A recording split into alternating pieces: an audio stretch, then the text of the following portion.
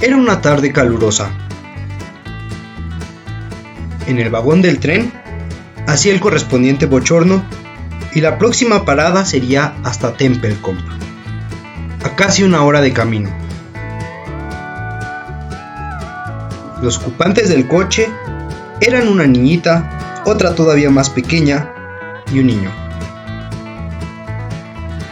Una tía, propiedad de estos niños, ocupaba un puesto de esquina y en el otro extremo, al frente, había un solterón ajeno al grupo. Pero lo cierto es que las niñitas y el niño ocupaban rotundamente aquel compartimento.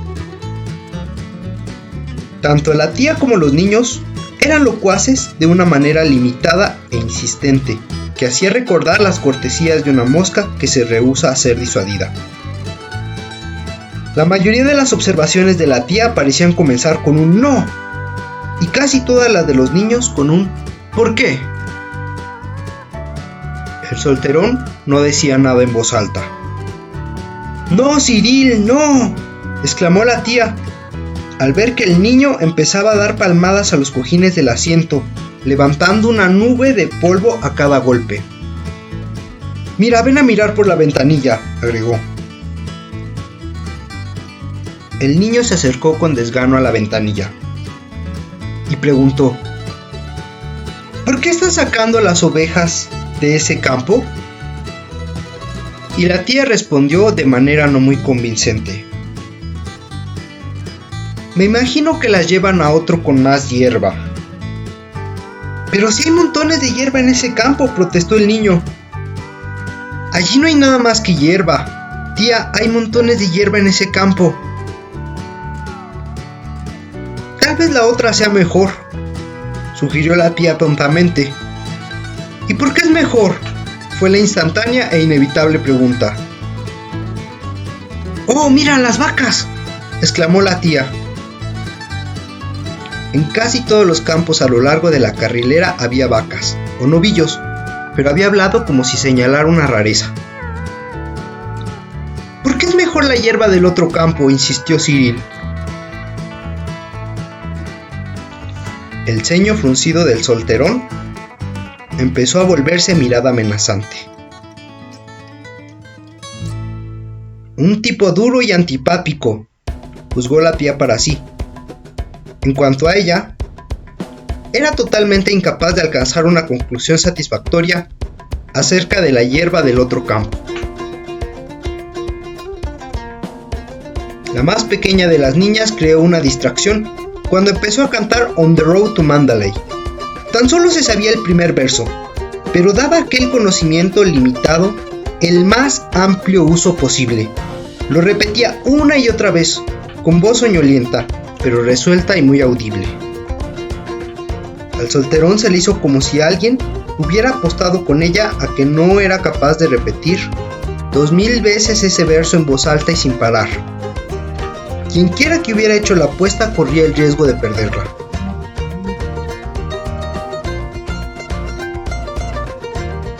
«Vengan acá y escuchen este cuento», dijo la tía, cuando el solterón le hubo clavado 2 veces la mirada a ella y una vez al cordón de alarma. Los niños se arrimaron apáticos al extremo que ocupaba la tía en el vagón. Era claro que no tenían muy en alto su reputación de narradora. En voz baja y confidencial, interrumpida a ratos por las sonoras e impertinentes preguntas de sus escuchas, empezó un cuento tímido y deplorablemente insípido sobre una niñita buena que hacía amistad con todo el mundo, debido a su bondad, y que al final fue rescatada del ataque de un toro enfurecido por un grupo de personas que admiraban sus dotes morales. ¿Y no la habrían salvado si no hubiera sido buena?, inquirió la mayor de las niñas. Esa era la pregunta que precisamente el solterón hubiera querido formular. «Bueno, sí», admitió la tía no muy persuasiva, «pero no creo que hubieran corrido tan rápido a ayudarla si no les hubiera agradado tanto». Es el cuento más estúpido que he oído en mi vida, dijo la niñita con absoluta convicción. No le puse atención después del principio de lo estúpido que era, dijo Cyril. Y la niña más pequeña no hizo ningún comentario sobre el cuento, pero hacía rato había iniciado una repetición susurrada del verso preferido. No parece tener mucho éxito contando cuentos, dijo de pronto el solterón desde su esquina. A la defensiva contra este ataque inesperado, la tía se erizó de inmediato. Es muy difícil inventar historias que los niños puedan entender y apreciar al mismo tiempo, dijo con tiesura. No estoy de acuerdo, replicó el solterón. Quizás a usted le gustaría contarles uno, le contestó la tía. Cuéntenos un cuento, exigió la mayor de las niñas. Érase una vez, comenzó el solterón, una niñita llamada Berta, extraordinariamente buena. El interés de los niños, que se había despertado por un momento, se vino al suelo de inmediato. Todos los cuentos eran terriblemente parecidos, sin importar quién los contara. Hacía todo lo que se ordenaba. Siempre decía la verdad. Mantenía limpia la ropa que llevaba. Comía postres de leche y verduras como si fueran tartas de mermelada. Se aprendía las lecciones a la perfección y tenía buenos modales. ¿Era bonita?, preguntó la niña mayor. No tanto como ustedes, dijo el solterón, pero era horriblemente buena. Hubo una reacción general a favor del cuento. La palabra horrible conectada a la palabra buena era una novedad loable de por sí. Parecía haber en ello un dejo de verdad, ausente en los cuentos infantiles que la tía inventaba.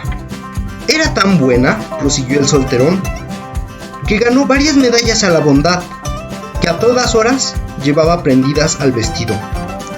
Llevaba una medalla a la obediencia, otra medalla a la puntualidad y una tercera medalla al buen comportamiento. Eran unos medallones de metal que producían un tintineo cuando entrechocaban al andar la niñita. Ningún otro niño del pueblo tenía 3 medallas, así que todo el mundo sabía que tenía que ser una niña extraordinariamente buena. Horriblemente buena, corrigió Cyril. Todo el mundo hablaba de lo buena que era, hasta que su fama llegó a oídos del príncipe de aquel país, quien dijo que, puesto que era tan buena, tendría permiso de pasearse una vez por semana por su parque, que quedaba en las afueras de la población. Era un hermoso parque, y no se permitía jamás la entrada de ningún niño, de modo que era un gran honor para Berta tener permiso de entrar allí. ¿Había ovejas en el parque?, preguntó Cyril. No, dijo el solterón, no había ovejas. ¿Y por qué no?, fue la inevitable pregunta suscitada por aquella respuesta. La tía se dio el gusto de esbozar una sonrisa que casi era una mueca de malicia. No había ovejas en el parque, dijo el solterón, porque la madre del príncipe había soñado una vez que a su hijo lo iba a matar una oveja o un reloj que le caería encima. Por esa razón, el príncipe no tenía ni una oveja en su parque ni un reloj en su palacio. La tía reprimió un resuello de admiración. ¿Y al príncipe sí lo mató una oveja o un reloj?, preguntó Cyril. Sigue vivo, así que no sabemos si el sueño se va a cumplir, dijo el solterón sin inmutarse. En todo caso, no había ovejas en el parque, pero había montones de cerditos que corrían por todos lados. ¿De qué color eran? Negros con caras blancas, blancos con manchas negras, negros del todo, blancos con motas grises y algunos blancos por completo. el narrador hizo una pausa para dejar que la imaginación de los pequeños se formara una idea de los tesoros de aquel parque, y luego prosiguió.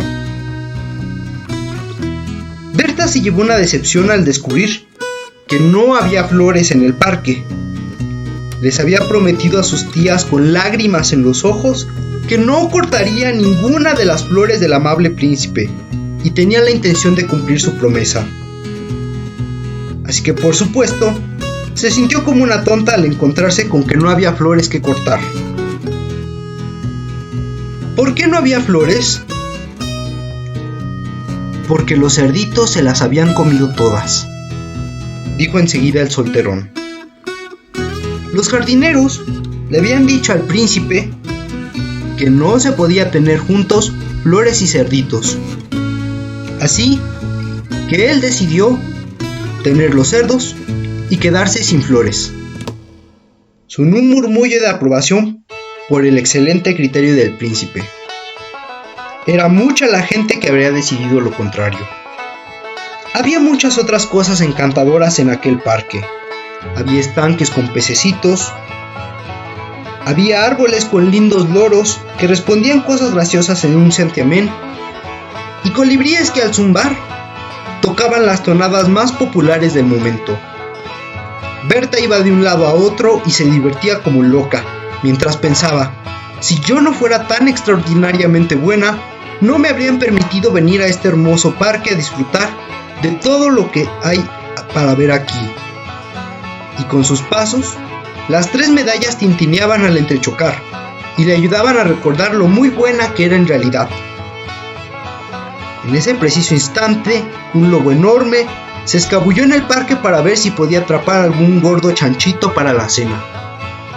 ¿De qué color era?, preguntaron los niños, habiéndose avivado de inmediato su interés. Era un lobo de color café, con una lengua negra y ojos grises claros que soltaban destellos de crueldad atroz. Lo primero que vio allí fue a Berta. Su delantal era inmaculadamente blanco, que se podía divisar desde muy lejos. Berta vio al lobo y vio que se arrastraba hacia ella, y empezó a desear que jamás le hubieran permitido entrar en ese parque.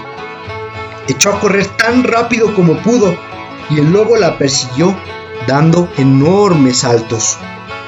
Ella alcanzó a llegar a un matorral de mirtos y se escondió en uno de los arbustos más espesos. El lobo empezó a olfatear las ramas, con la lengua negra colgándole, y los ojos grises relumbrando de furia. Berta estaba asustadísima y pensó para sí, si no hubiera sido tan extraordinariamente buena, en este momento estaría a salvo en mi pueblo.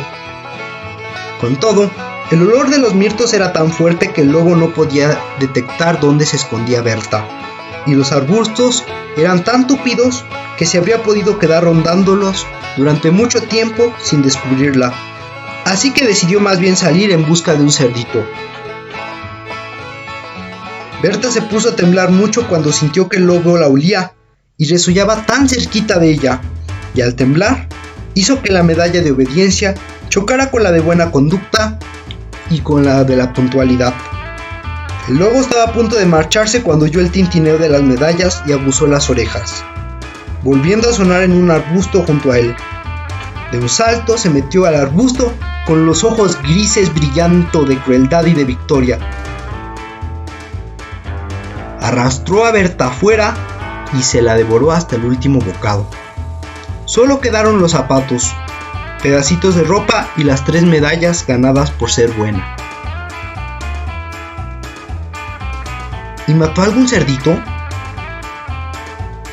No, todos escaparon. El cuento empezó mal, dijo la menor de las niñas, pero el final fue lindo. Es el cuento más lindo que he oído, sentenció la mayorcita con suma decisión. Es el único cuento bonito que he oído, dijo Cyril. La tía emitió una opinión disconforme. ¿Qué cuento más impropio para contarle a los niños?